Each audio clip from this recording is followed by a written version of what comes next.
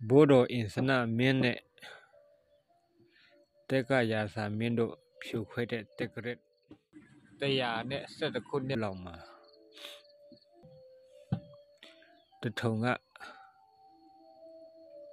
Yeti the Tonga being a taro to Baha. A yaw de Kajero, Yeti would de Yeti would be my daughter Domude Daughter de Kajado.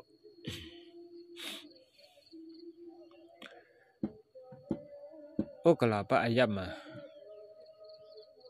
Toya Sauti. The knee jero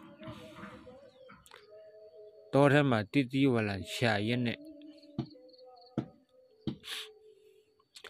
Alun Jimare Pan the Ping would do it. Through Coragaro Lamu Pambo Aripan Kubroma Payao Cade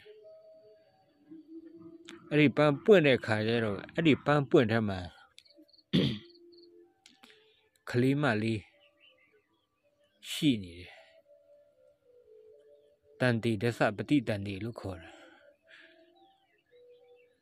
Ari Lamu Pampuentama do the Kalimali Yetiga Muisar Yetiga a daytime Pupi Roma သူ့ရဲ့လက်ညှိုးတော်နဲ့အဲ့ဒီကလေးမကိုနှုတ်တိုက်တယ်အရွယ်ရောက်တဲ့အခါကျတော့16နှစ်အရွယ်ရောက်တဲ့အခါကျတော့အဲ့ဒီကလေးမအလွယ်အင်မတန်မှလှပတယ်ချောမောတယ်အဲ့ဒါကြောင့်တရားမင်းကလူရောင်ဖန်ဆင်းပြီးတော့မှဤစားစကားလာပြောတယ်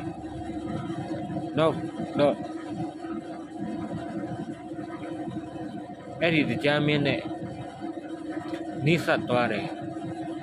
အဲ့လိုနိစ္စသွားတဲ့အခါကျတော့အဲ့ဒီဒကာမဟာကလေးရသွားတယ်အဲ့ဒီရလာတဲ့ကလေးကိုဩကလာပခေါ်တယ်အဲ့ဒီကလေးအရွယ်ရောက်လာတဲ့အခါကျတော့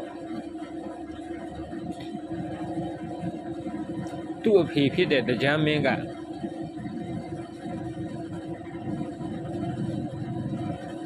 နတ်ဘုံနတ်တွေဖန်ဆင်းပြီးတော့မှ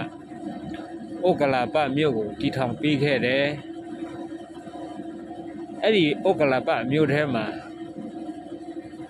ရှိတဲ့ကုံတယ်ကြီးတွေတထေးကြီးတွေကအိန္ဒိယပြည်မှာတွားပြီးတော့မှကုံရောင်းကုံဝယ်ပြုတ်ကြတယ်အဲ့ဒီကုံရောင်းကုံဝယ်တွားတဲ့ကုံတယ်ကြီးတွေထဲမှာသူတို့ခေါ်တဲ့တပုတ်တဗန္လိကပေါ့တမိုင်းအတိအကျကတော့တပုတ်တဗန္လိကရေလို့မရှိဘူးသူတို့ညီကိုနာမည်ကတော့တန်လိကဗန္လိကလို့ခေါ်တယ်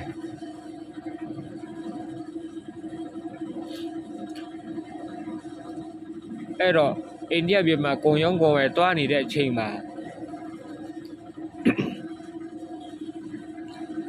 တနေ့ကျတော့အိန္ဒိယနိုင်ငံရောက်သွားတယ်ရောက်သွားတဲ့ခါကျတော့မနေ့အစောကြီးအရှိဘက်မှာဘာအယောင်မှမကြည့်ဘူးလင်းထိန်နေတာအဲ့ဒါကိုသူတို့တွေကသူများတွေမေးတယ်မနေ့တော့ကအရှိဘက်မှာအာယုံနေလဲမဟုတ်ဘူးတဲ့အယောင်တစ်ခုဟာလင်းထိန်နေတာပဲဝါဝင်းပြီးတော့မှလင်းထိန်နေတာပဲဘာအယောင်များလဲလို့တန်လိကဗန္လိကညီနောင်နှစ်ဦးကမေးကြတယ်ဘာမှမဟုတ်ဘူးကောရမမြတ်စွာဘုရားဒီနေ့ပဲဒီမနေ့ပဲဘုရားဖြစ်သွားတယ်လို့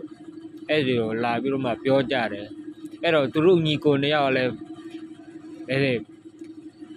ဘောရမမြတ်စွာဘုရားဖြစ်ပြီးတဲ့နေ့မှာသူတို့ကညီကိုနှစ်ယောက်ဦးဖျားသူတို့နှစ်ယောက်တွားပြီးတော့မှကြော့ကြတယ်အဲ့လိုကြော့ကြတဲ့အခါကျတော့တန်လိကဗန္လိကညီကိုနှစ်ယောက်ကမြတ်စွာဘုရားကိုပြားရည်နဲ့နေထားတဲ့ပေါက်ပေါက်ဆုံးကို ပေါ့ပေါ့ဆုပ်ဆုံးကိုကတ်တော်မူတယ်ကတ်တော်မူတော့မြတ်စွာဘုရားကိုကြော့တယ်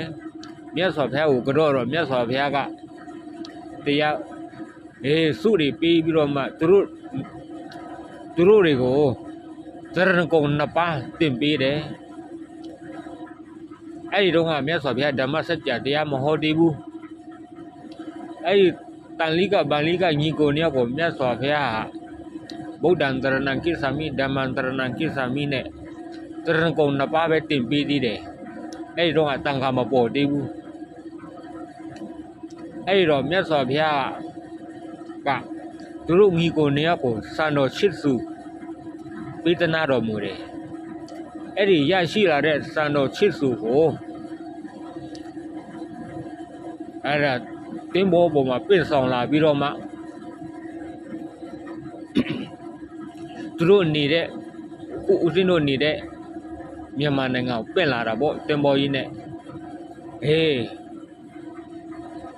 တင်းဘောပေါ်မှာစံတော်ချစ်စုပြင့်လာနေတဲ့အချိန်မှာငကားမင်းကမြတ်စွာဘုရားရဲ့စံတော်နှစ်စုခိုးတယ်မိုးပေါ်ကတရားမင်းလဲအဲ့ဒီမြတ်စွာဘုရားစံတော်နှစ်စုခိုးတယ်ပါလာစံတော်လေးစုပဲပါတယ်အဲ့တော့သူတို့နေတဲ့အတိုင်းပြည်ဩကလာပမြို့ပြန်ရောက်တဲ့ခါကျတော့အဲ့ဒီစံတော်လေးစုပဲစံတော်လေးစုကတခါချစ်စုပြန်ပွားတယ်အဲ့တော့ဩကလာပမင်းနဲ့တိုင်းသူပြည်သားတွေကအဲ့ဒီစံတော်လာပြီးတော့မှကြိုဆိုကြတယ်အဲ့ဒီစံတော်ဒီလိုကိုယ်ွယ်ပူဇော်နေရင်းနဲ့ကြာလာတဲ့ခါကျတော့ဒီတိုင်းထားလို့မဖြစ်ဘူးဒီစံတော်ချစ်စုကိုစီဒီတဲမရမယ်ဆိုပြီးတော့မှခုနဩကလာပမင်းရဲ့ဆရာလည်းဖြစ်တယ်နောက်အဖိုးလည်းဖြစ်တယ်မွေးစားအဖိုးပေါ့အဲ့ဒီယတိကြီးကဥဆောင်ပြီးတော့မှခြေတကုံစီဒီကိုစတဲ့တယ်ခြေတကုံစတဲ့တုန်းကတော့ညံတော်24တောင်ပဲရှိတယ်တဲတဲ့ဘယင်ဥစီဥဆောင်တဲ့ခြေတကုံစီဒီတော်ကိုဥစီဥဆောင်စတဲ့တာကတော့ယတိကြီးစတဲ့တာဘုရားတကာကတော့ဩကလာပမင်းအဲ့ဒီဩကလာပမင်းရဲ့အမေကတော့ခုနမဲလမှုလို့ခေါ်တယ်ချင်းပြောရင်တော့အခုခေတ်စကားနဲ့ပြောရရင်တော့ဒေါ်လမှုပေါ့ဘိုးလိုပြောရင်တော့မုထလမှုပေါ့အဲ့လမှုကနေဘာဖြစ်လို့လဲဆိုတော့အဲ့လမှုကနေပြီးတော့မှနန်းလုံလို့ခေါ်တယ်ဘိုးလိုခေါ်တယ်နန်းလုံ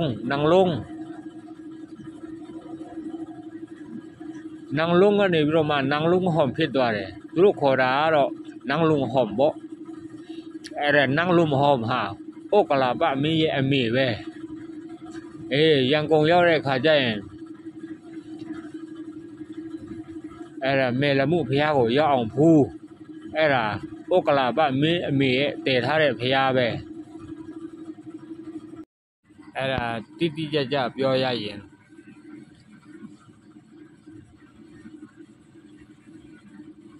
ဘိုးတော်အင်စနဖြူခွင်းတဲ့တက္ကရက်111ခုနှစ်မှာစတင်ပြီးတော့မှတည်တယ်ညံတော်က24တောင်စီဒီရဲ့နာမည်က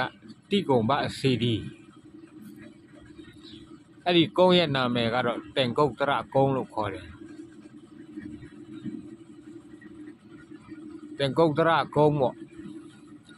တင်ကုတ်တရကုန်းဗမာလိုပြောရင်တော့ခြေတောင်ကုန်းပေါ့ရန်ကုန်ရောက်တဲ့အခါကျရင်မေးကြည့်ရွှေတောင်ကုန်းရက်ွက်ရှိလားရွှေတောင်ကြားရက်ွက်ရှိလားအဲ့ဒီရွှေတောင်ကြားရက်ွက်ကတတိရက်ွက်ပဲဩကလာပမင်းနေတဲ့တိုင်းပြည်ကတော့အခုရန်ကုန်မြို့မှာရှိတဲ့တောင်ဩကလာမြောက်ဩကလာလို့ခေါ်တယ်တက္ကရာ111ခုဆိုတော့အဲ့ဒီတော့သူရဆန္ဒမင်းဖြစ်တဲ့အချိန်ဘယင်ဖြစ်တဲ့အချိန်ပေါ့အဲ့ဒီတော့ ခုနဦးစင်းပြောတဲ့ဒီယတိကြီးကဘယင်အလုတ်ကိုစိတ်မဝင်စားလို့တောထွက်တော်မူတာဥက္ကလာပမင်းကြတော့ယတိကြီးမွေးစားပြီးတော့မှဘယင်တို့ရဲ့တတ်အပ်တဲ့အထာရတ္တ18ပါးကိုတင်ပေးတယ်အရွယ်ရောက်တဲ့ခါကျတော့သူ့ဖြစ်တရားမင်းကနတ်ဘုံနတ်နာနေဖန်ဆင်းပေးတယ်အဲ့ဒီကနေပြီးတော့မှဥက္ကလာပမြို့ဖြစ်လာတာပဲစီဒီရဲ့နာမည်ကတိကုံပစီဒီတိကုံပကနေပြီးတော့မှတိကုံကနေပြီးတော့မှရွှေတိကုံဖြစ်လာတယ်အဲ့ဒီတိကုံကနေပြီးတော့မှနှစ်ပေါင်းကြာလာတဲ့ခါကျတော့တကုံအရင်တော့တိကုံရွာပဲတိကုံရွာကနေပြီးတော့မှတကုံရွာကနေရွာကြီးလာတဲ့ခါကျတော့တကုံမြို့ကနေပြီးတော့မှရန်ကုန်မြို့ဖြစ်လာတယ်ကောင်းငင်းကိုလော်တယ်ရလာတဲ့ကောင်းငင်းပေါက်ကိုတခါပြည့်ရင်နဲ့နေပြီးတော့မှပေါက်ဆုပ်လုပ်တယ်အဲ့ဒီရလာတဲ့ပေါက်ဆုပ်ကိုမြတ်စွာဘုရားကိုကတ်တယ်ဗမာလိုပြောရင်တော့မတိုးထမင်းမတိုးဟင်းပေါ့ဘလောက်ကြာပဲထားကြာထားလဲသူကမပုတ်တတ်ဘူးမတိုးတတ်ဘူးလေအဲ့ဒါကိုအကြောင်းပြုပြီးတော့ယနေ့ဦးစင်းတို့လူမျိုးတွေရှင်လောင်းပွဲလုပ်ပြီးဆိုလို့ရှိရင်အဲ့ဒါပေါက်ဆုပ်တယ်အမြဲတမ်းလုပ်တယ်အဲ့ဒီတန်လိကဗန်လိကညီနောင်တာအဲ့ဒီသူတို့ဘဝတည်သွားတဲ့အခါကျတော့အိန္ဒိယမှာသွားပြီးတော့မှဝင်စားတယ်အဲ့ဒီမှာယဟန္တာဖြစ်တယ်သူတို့ညီကိုနှစ်ယောက်ဒါဦးစင်းတို့ယဟန္တာဖြစ်အဲ့ဒီညီကိုနှစ်ယောက်နောက်ဘဝကျတော့ယဟန္တာဖြစ်တယ်ယဟန္တာဖြစ်တဲ့အခါကျတော့ဦးစင်းတို့တထုံပြည်မှာသာသနာလာပြုတည်တယ်သူတို့ညီကိုနှစ်ယောက်နာမည်ကတော့တန်လိကဗန်လိကအိုးလို့ပြောရင်တော့စန်လိကဗန်လိကပေါ့စန်လိကကိုအကြောင်းပြုလို့မှစန်လင်အခုဗမာလိုပြောရင်တော့တန်လင်မြို့ပေါ့အဲ့ဒီတန်လင်မြို့ကတန်လိကနာမည်ကိုအကြောင်းပြုပြီးတော့မှတန်လင်မြို့ဖြစ်လာတယ်ဗန်လိကကျတော့ဘင်လင်ပေါ့အခုအထုံမြို့မှာရှိနေတဲ့ဘင်လိုင်မြို့ဟာတန်လိကဗန်လိကညီကိုနှစ်ယောက်ရဲ့နာမည်ကိုအကြောင်းပြုပြီးတော့မှတန်လီမြို့ဘင်လိုင်မြို့ဖြစ်လာတယ်